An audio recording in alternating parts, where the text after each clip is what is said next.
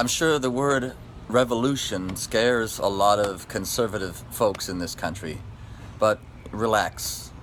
What we're talking about is a peaceful revolution through the democratic process.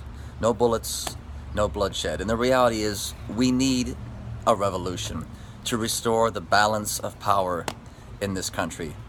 We need the American Revolution too, to take back our democracy from the corporations and special interests that have been running our government for years, and give it back to we the people where it belongs. And I don't blame special interests and moneyed interests, corporations, from being greedy and seizing the power in this country, because it's in their very nature to do that. It's the nature of power. It's an old adage that bears constant repeating. Power corrupts. Absolute power corrupts absolutely. My wrinkle to that is that we have to realize that money is power in paper form.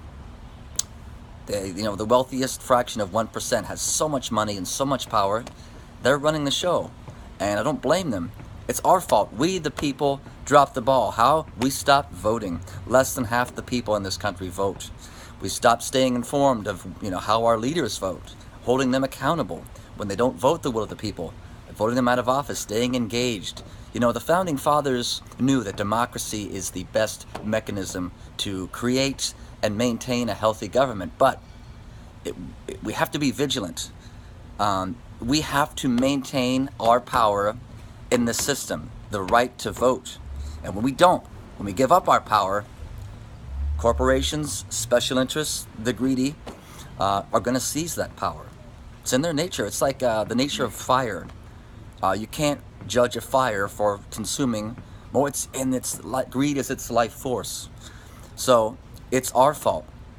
So relax. We need to remind ourselves simply of the ideals that this country was founded upon. The idea of America is what's great, but the reality of America has never been great.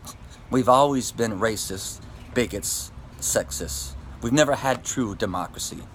And now that the powers that be are disenfranchising our right to vote. We have to fix this now.